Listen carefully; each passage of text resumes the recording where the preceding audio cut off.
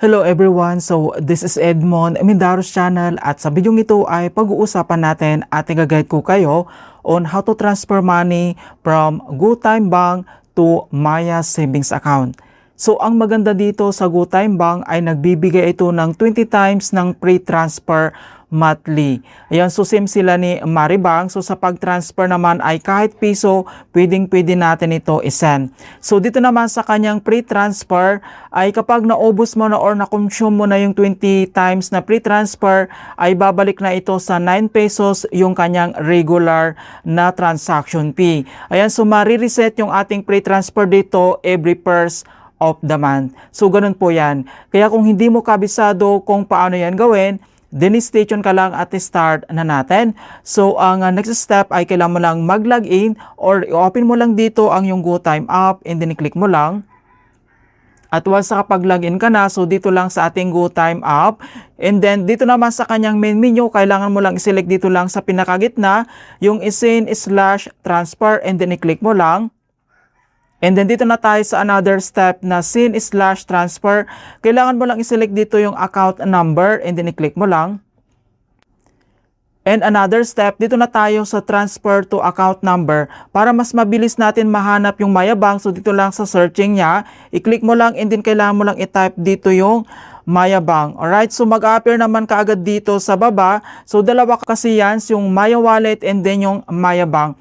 Okay, so dito naman sa Maya Wallet, kapag na nag-transfer ka dito, ang kailangan mong enter dito ang yung Maya Registered Mobile Number. Kapag Maya Bank naman, yung account number, mga kaibigan, na 12 digits. Okay, so select mo lang dito yung Maya Bank, i-click mo lang. And then dito na tayo sa next step, so transfer to account, so account number. So dito lang kailangan lang natin i-enter dito yung ating Maya Savings account number na 12 digits. So later on ipapakita ko sa inyo kung saan ba mahanap yung Maya account number and then fill out lang natin. At once na-enter mo na dito yung 12 digits na Maya Savings account number mo, so kailangan mo lang itong i-double check kung tama. And then dito na tayo sa pag-enter ng Maya account name. So dito naman sa pag-enter ng account name, so first name and then last name. So either capital letters man yan or small letters. Basta tama yung details, pwede po yan. And then fill out lang natin. At once na-enter mo na dito yung Maya account name, and then dito naman sa kanyang note, option na lang naman yan kapag okay na. And then dito naman sa baba, kailangan mo lang itap dito yung next. And then dito na tayo sa pag-enter ng amount.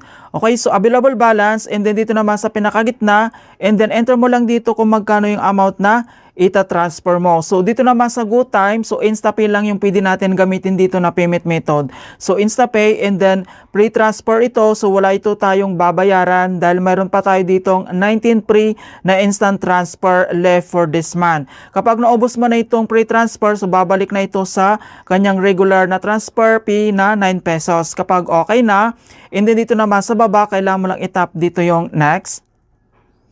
And then dito na tayo sa kanyang purpose. So what's this transfer for? So nandito naman yung pagpipilian na purpose natin. So move funds to own account, payment, send to family, and then donations. Depende yan sa option mo kung ano yung pipiliin mo dito. So select lang tayo dito. Ayan. So once nakaselect ka na, dito na tayo sa another step. So transfer, the money will be transferred immediately to Maya Bank account number, mga kaibigans. So makikita mo naman dito yung details. So pwede mo naman dito sa SIM account mo, and then pwede naman to receiver account. Pwede po yan, depende yan sa option mo. So P, wala po tong bayad, and then total amount. Dito naman sa baba, kailangan mo lang basahin tong notifications. Please check na transaction details are correct before proceedings. We can't reverse these transactions kapag mali yung nilagay natin dito na details. Kapag okay na, and then kailangan mo lang itap dito yung transfer now. And then kailangan lang tayo mag-biometric authentications para ma-authorize natin yung transactions, or enter mo lang dito yung GoTime PIN, and then scan lang natin dito yung ating fingerprint. So processing transactions. Ayan, so transfer this amount to Maya Bank. So makikita mo naman dito yung all details, and then dito naman sa pinakagitna, itap mo lang dito yung see details para makita natin. Ayan, so makita mo naman dito na successfully transfer na doon sa ating Maya Savings account. And kailangan lang tayo mag double check and then back lang tayo. At dito lang sa ating Maya app, and then login lang tayo, and then i-click mo lang. At once nakapag-login ka na dito lang sa ating Maya app, so dito lang sa ating Maya profile homepage, and then dito naman, wallet and savings, kailangan mo lang i-select dito yung savings. Ayan, so makikita mo naman dito na na-add na po siya. And then, ito naman mga kaibigan, para makita natin o ma-view yung ating Maya bank account number natin. So dito lang sa savings, and then itap mo lang dito yung my savings. Ayan, so ito yung kailangan natin na gamitin kapag mag-transfer tayo direct dito lang sa ating Maya Savings.